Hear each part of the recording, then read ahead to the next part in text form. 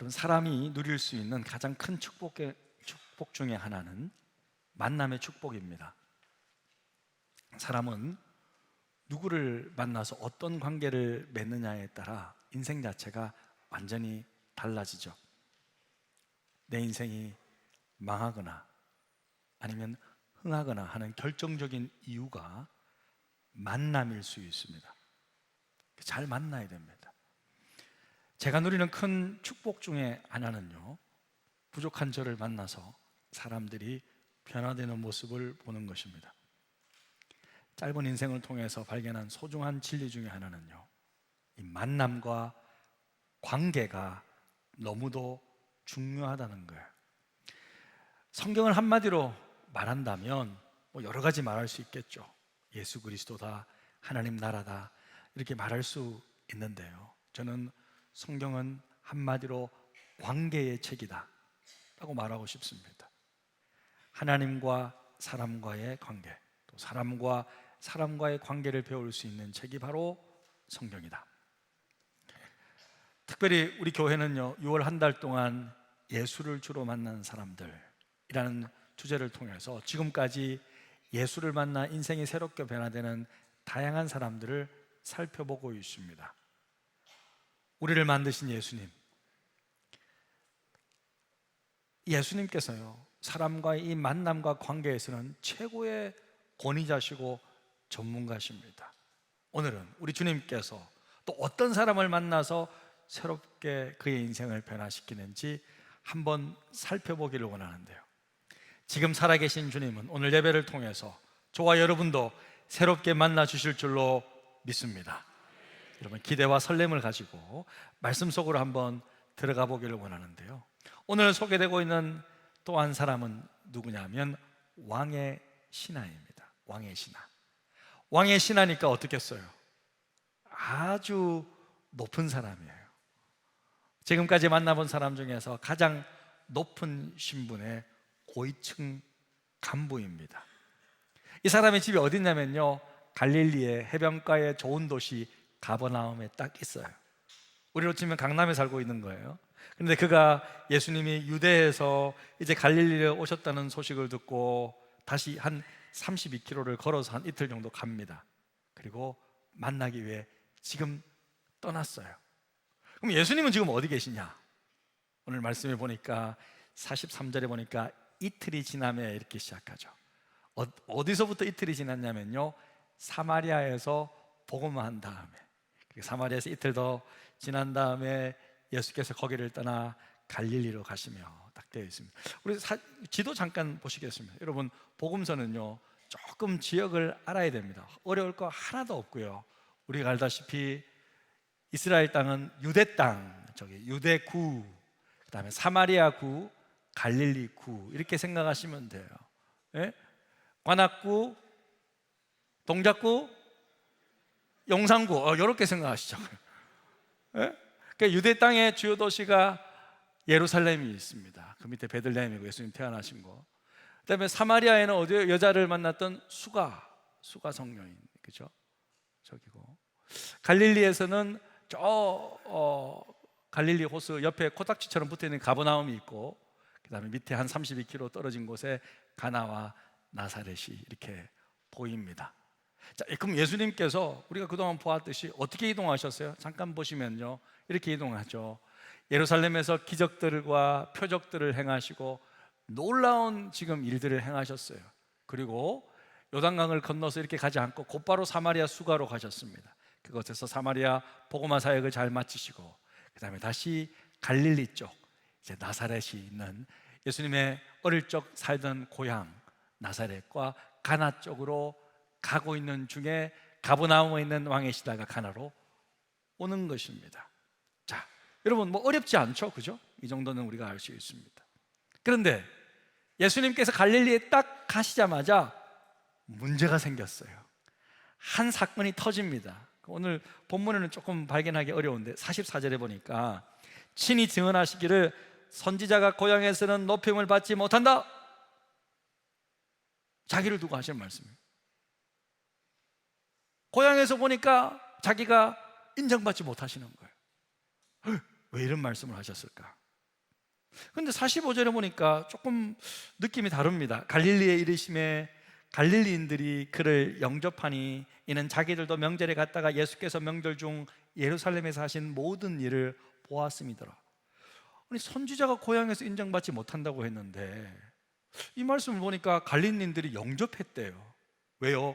예수님께서 예루살렘에서 행했던 기적들을 보았는데 그것을 다시 보고 싶어서 갈릴리인들이 예수님을 영접했대요. 그럼 좀 좋은 거 아닙니까? 이런 상황인데 왜 예수님은 선지자가 고향에서 높임을 받지 못한다고 말씀하셨을까? 좀 의아하지 않습니까? 두 구절이 좀 맞지 않는 것처럼 느껴지는데, 이럴 때는요 우리가 다른 복음서들을 조금 참고할 필요가 있습니다. 사실 여기서는 구체적인 상황들이 설명되어 있지만 누가복음 4장을 보니까 어떤 일이 있었는지 자세히 설명되어 있습니다. 예수님께서 갈릴리에 이제 딱 도착했더니 사람들이 모이는 거예요. 갈릴리 고향 사람들이. 왜요?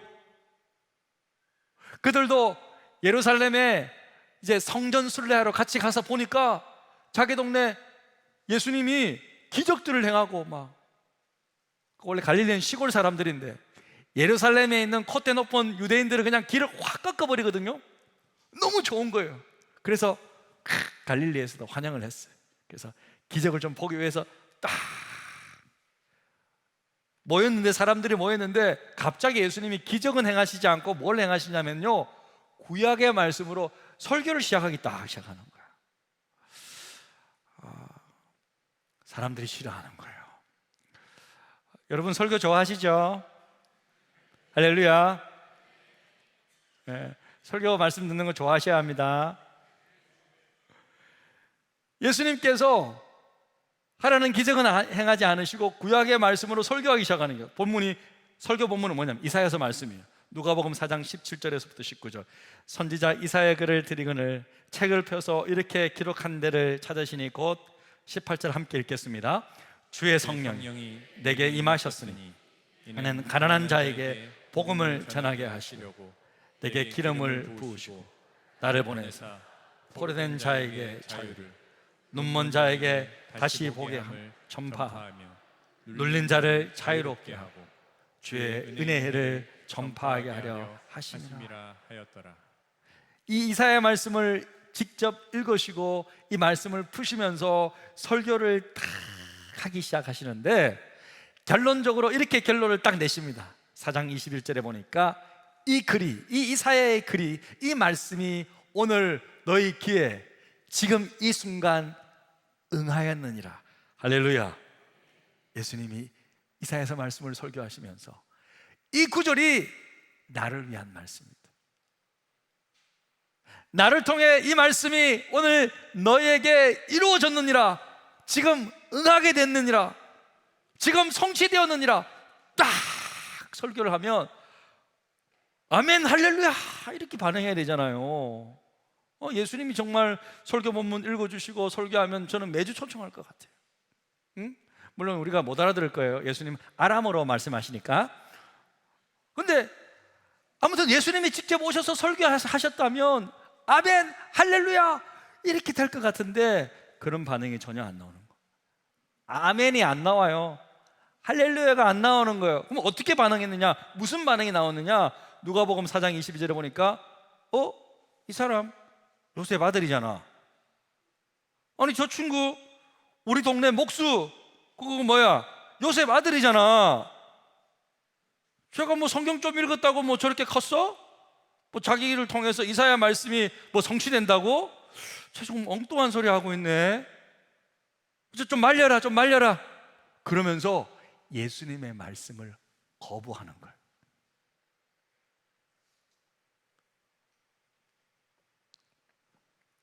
제가요 이런 비슷한 경험을 한번 한 적이 있어요. 제가 1부, 2부 때는 이야기 안 했는데 지금으로부터 한 17년 정도쯤에요 제가 섬기던 모교회에서 30대 초반인데요 담임 사역자로 총격이 된 적이 있었어요.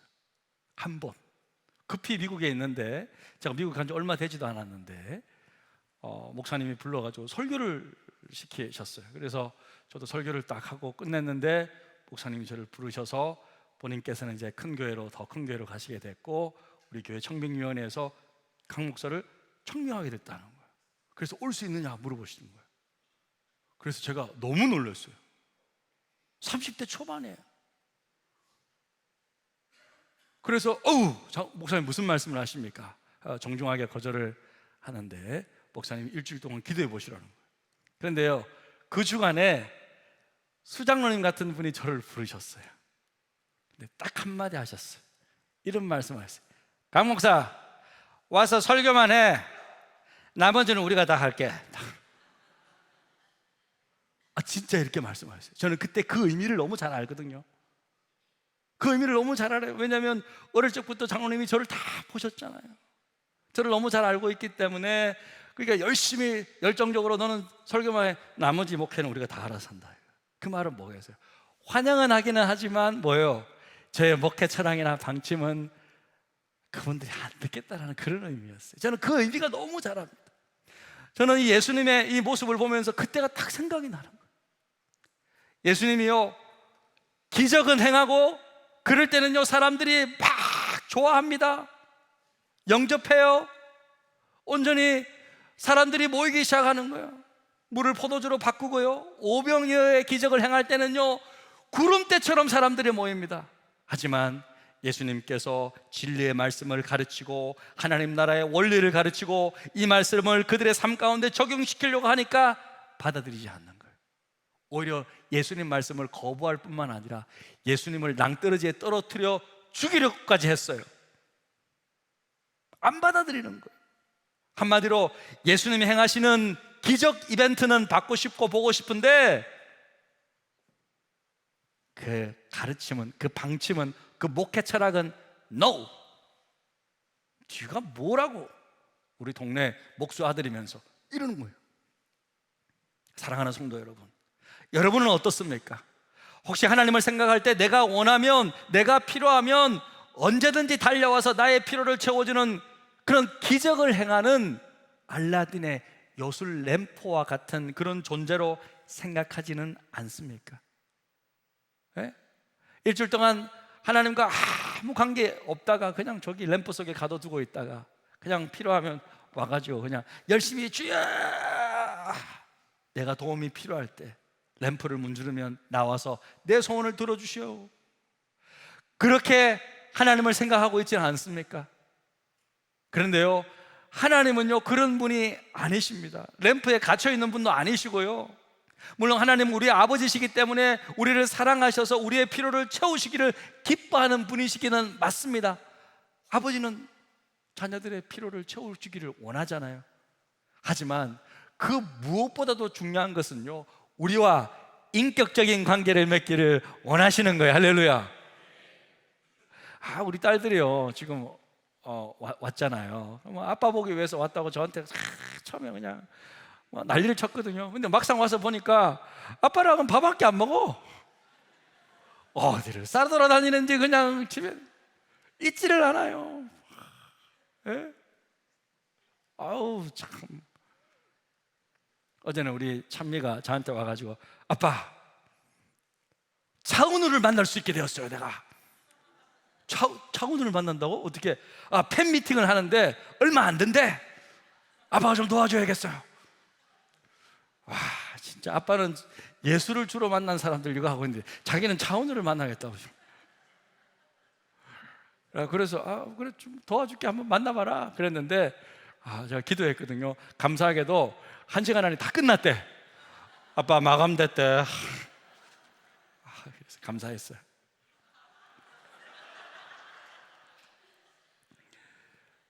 사람들은요 하나님과 인격적인 관계를 맺기보다는요 요술 램프가 주는, 그 신이 주는 기적과 표적만을 추구하려고 하는 갈릴리 사람들이 바로 그랬습니다.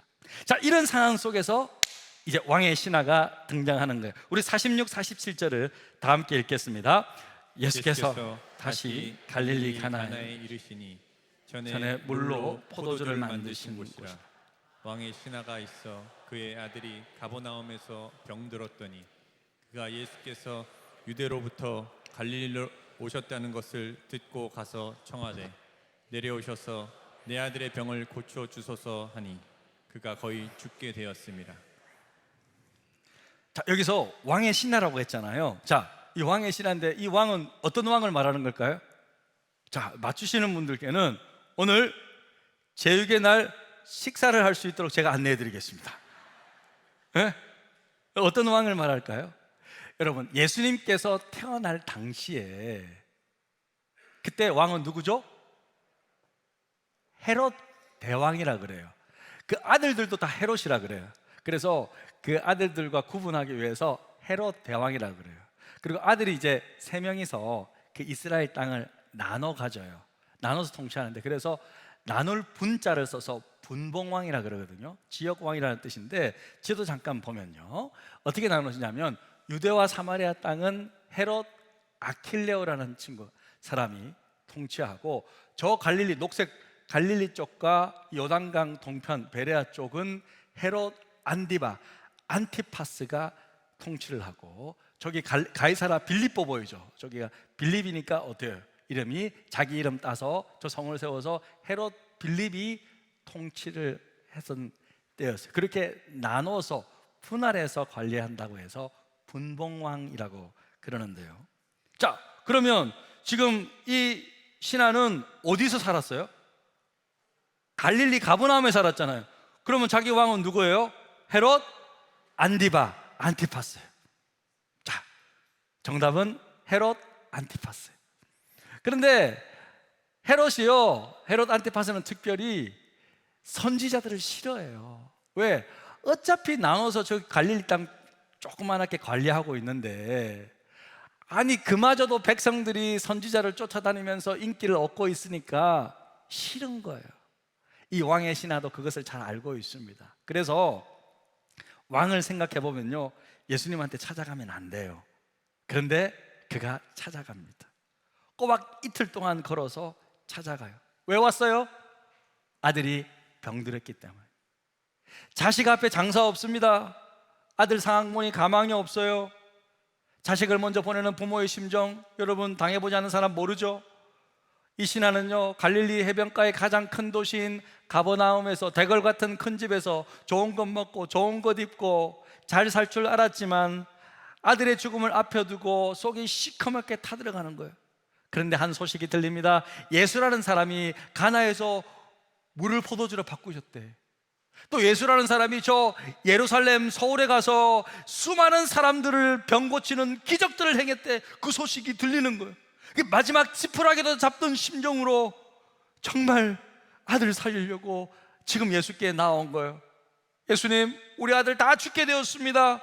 당장 내려가서 좀 고쳐주십시오. 안수기도 한 번만 해주십시오. 제발요, 제발요. 그렇게 부탁해요. 그런데 예수님이 간다 그러셨습니까? 안 간다 그러셨습니까?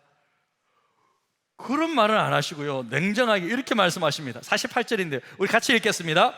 예수께서 이르시되 너희는 표적과 기사를 보지 못하면 도무지 믿지 아니하리라. 이게 무슨 말이죠? 자, 말씀 좀 펴주십시오. 이게 무슨 말이에요? 간단 말이에요? 안 간단 말이에요? 애매합니다. 이 말씀은요, 뭐예요? 책망하는 말씀이에요. 근데 너희는 그랬잖아요. 복수잖아요. 신하 한 사람을 두고 말하는 게 아니에요. 너희는 누굴까요? 자, 여러분, 지금 상황이 이런 거예요. 저 높으신 왕의 신하가 예수님께 찾아온 거예요. 그럼 막 부탁하겠죠.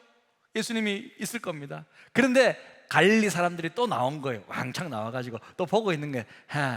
예수님이 또 표적을 행하는지, 저분이 지금 기적을 행하는지 한번 봐야겠다. 이번에는 어떻게 할지 한번 보자. 갈릴리 땅에서도 행하는지 한번 보자 라고 이러고 있는 거예요. 그 예수님께서 그 구경꾼들을 보면서 하는 말이, 너희들은 표적과 기사들을 보지 못하면 도무지 믿지 않느냐? 내가 설교하는 거 믿지도 않고 이사야서 말씀도 믿지도 않고 기적과 표적을 봐야지만 믿느냐 하고 지금 혼내시고 있는 거예요. 너희들 지금 또 내가 기적을 행할 수 있는지 없는지 보러 나왔지. 만약 이번에 내가 기적을 행하지 않으면 날 믿지 또 않을 거지. 너희들 그런 믿음을 가지면 안 돼. 그러면 안 돼. 지금 책망하시는 거예요. 사랑하는 성도 여러분, 표적과 기사, 기적은요 하나님이 하시는 일입니다. 이게 좋은 것입니다. 예수님은요 수많은 표적과 기적을 행하셨습니다. 예수님이 행하시는 기적은요 예수님의 정체성을 드러내는 중요한 사인이에요. 이것을 통해 자신의 하나님의 아들이심을 온전히 드러내시잖아요. 하나님 나라가 이 땅에 임한다는 것을 가시적으로 보여주는 놀라운 일이에요. 그런데 이런 표적과 기적만을 가지고 내 믿음의 모든 근거를 삼는 것은 안 된다. 그거 오늘 주님 가르치고 있는 거예요. 표적과 기적들은요 내 신앙을 열어주는요 문의 역할을 감당하는 거예요. 어떤 사람은 믿고 싶어도 도저히 못 믿겠대. 그래서 그런 사람들에게는 하나님께서 역사하셔서 한 번쯤 신앙의 문을 열 때 기적을 보여주십니다. 병도 고쳐주시고요, 문제를 딱 해결시켜 주시고요, 그러면서 하나님 살아계시구나 라는 것을 딱 믿음의 눈을 뜨게 해주신단 말이야. 그러면서 교회로 딱 들어오게 되잖아요. 이렇게 하나님이 하시는 거예요. 그죠? 그런데 그렇게 해서 믿음의 세계로 이제 딱 들어오면요 이제부터는요 교회 와서 말씀 들어야 돼요. 예수님의 말씀 배워야 합니다. 성경 배워야 합니다. 그런데 예수님의 말씀은 배우지 않고 늘 기적만 쫓아다니는 사람들, 그런 사람들을 하나님이 오늘 지적하시는 거예요. 여기 신유 집회가 좋대, 저기 치유 집회가 좋대, 저 목사가 또 뭐 능력이 있대, 이 목사가 능력이 있대, 이 기도원 가야 돼, 저 기도원 가야 돼, 늘 쫓아다니는 사람, 그것을 지금 하나님께서 지적하는 거예요. 결국 예수님께 책망받고 있잖아요. 48절 예수께서 이르시되 너희는 표적과 기사를 보지 못하면 도무지 믿지 아니하리라. 그러면서 예수님 안 보여주세요. 하나님 안 보여주세요. 사랑하는 성도 여러분, 여러분의 신앙 배경이 어디에서 출발하든 상관없이 순복음 신앙이든 뭐 저처럼 장로교에 출발하든 침례교든 감리교든 상관이 없습니다. 하지만 우리 모두는 결국요 예수님의 말씀을 붙잡는 말씀 신앙이 되어야 할 줄로 믿습니다. 우리는 결국요 주님의 말씀을 믿고 말씀을 붙잡고 말씀을 의지하며 살아가야 할 줄로 믿습니다. 여러분, 오늘 왕의 신하의 한번 모습을 보십시오. 그가 처음 나왔을 때는요 이 사람도 똑같이 기적 붙잡고 나왔어요.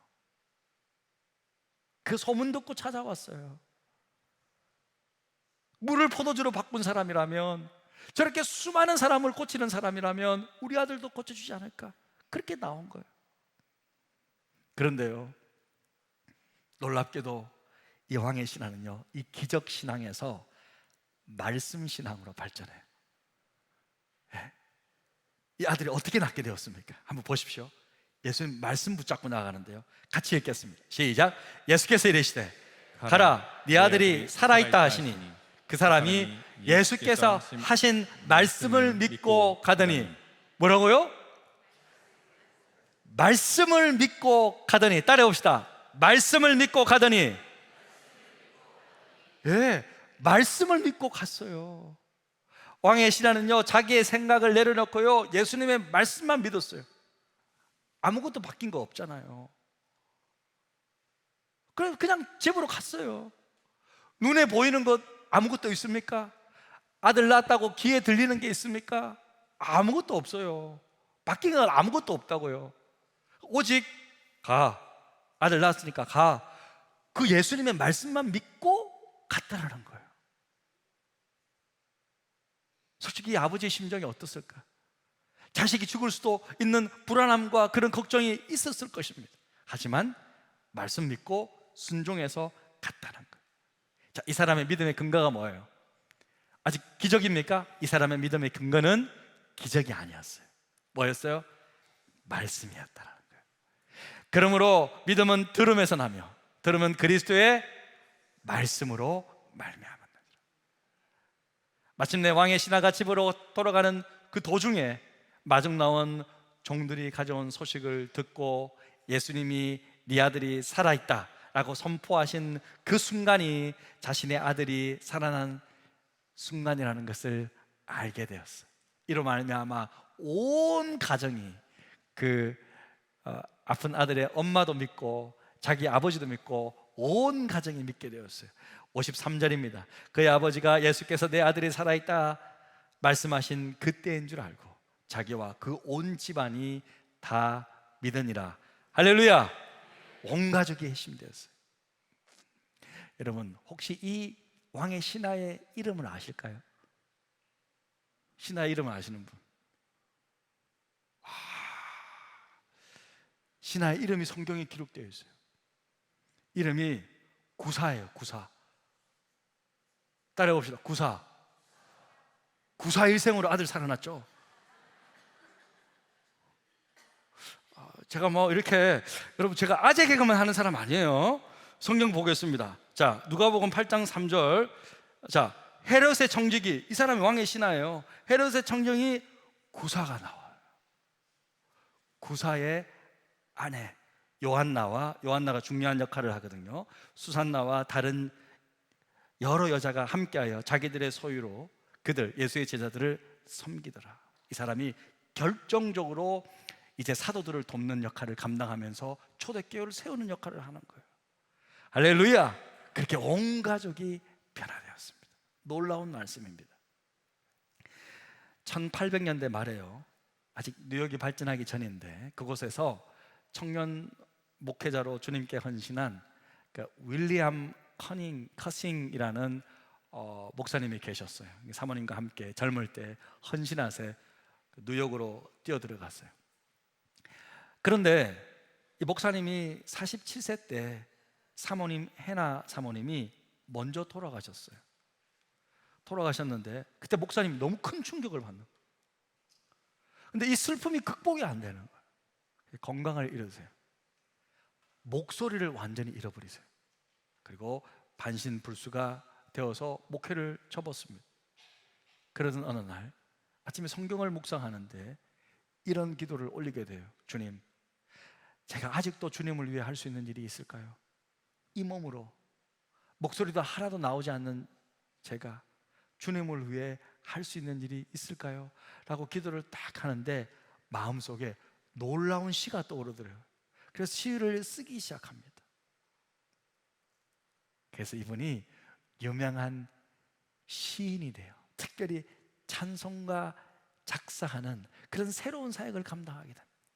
대표적인 곡이 뭐냐면 주날개미 내가 편안히 쉬네, 그 찬송가 시도 있고, 또 우리에게 가장 좀 유명한 곡 중에 하나가 뭐냐면 우리 1부 때 찬송 불렀는데 545장 이 눈에 아무 증거 아니 배워도 믿음만을 가지고서 늘 걸으며 이 귀에 아무 소리 아니 들려도 하나님의 약속 위에 서리라. 이 찬송가 가시를 이분이 쓴 거예요. 사모님 잃고 자기 건강 잃고 목소리도 잃고 다 잃었지만 하나님의 약속 붙잡고 나아간다고 시를 쓴 거예요. 사랑하는 성도 여러분, 지금 우리의 현실이 어둡고 암울하다 할지라도 우리 눈에 아무런 증거가 보이지 않고 우리 귀에 아무런 소리 들리지 않아도 하나님의 약속의 말씀을 믿음으로 오늘도 당당히 주의 길을 걸어가시기를 주님의 이름으로 축복합니다. 사랑하는 성도 여러분, 여러분은 하나님의 모든 약속의 말씀을 믿습니까? 그렇다면 그 약속의 말씀이 여러분을 지켜주실 것입니다. 여러분은 정말 하나님의 약속의 말씀을 의지하십니까? 의지하시면요, 그렇다면 그 말씀이 여러분을 영원한 하나님의 나라로 인도해 주실 것입니다. 말씀을 믿고 의지한다면 그 말씀이 여러분의 모든 삶을 축복하시고 가장 선한 길로 인도해 주실 것입니다. 왜 그렇습니까? 왜 그렇습니까? 하나님의 말씀은 살아있고 지금도 살아 역사하기 때문입니다. 할렐루야! 우리 말씀 생각하시면서 이 찬양하며 기도의 자리로 우리 함께 나아가기를 원합니다.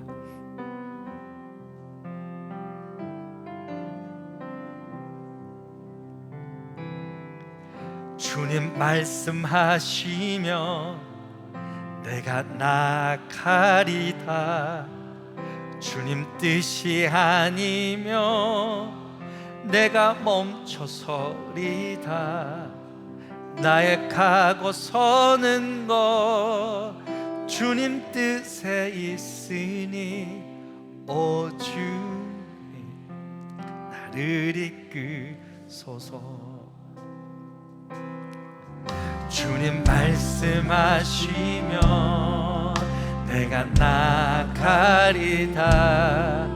주님 뜻이 아니면 내가 멈춰서리다. 나의 가고 서는 것 주님 뜻에 있으니 오 주님 나를 이끄소서. 뜻하신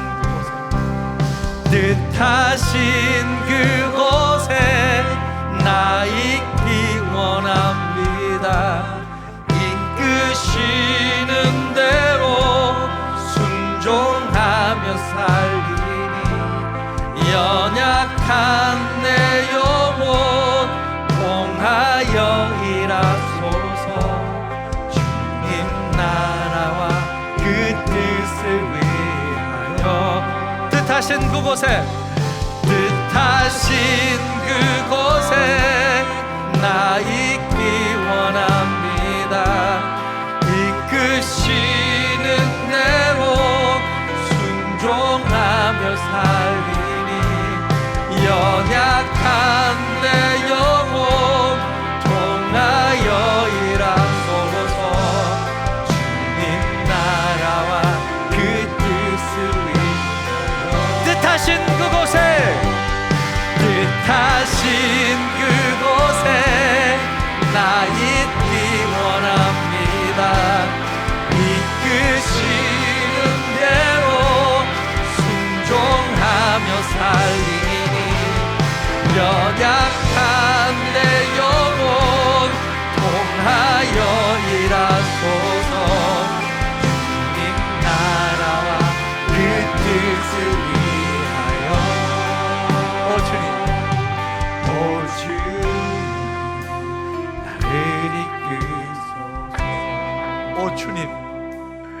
오 주님 나를 이끄소서. 오 주님 오 주님 나를 이끄소서.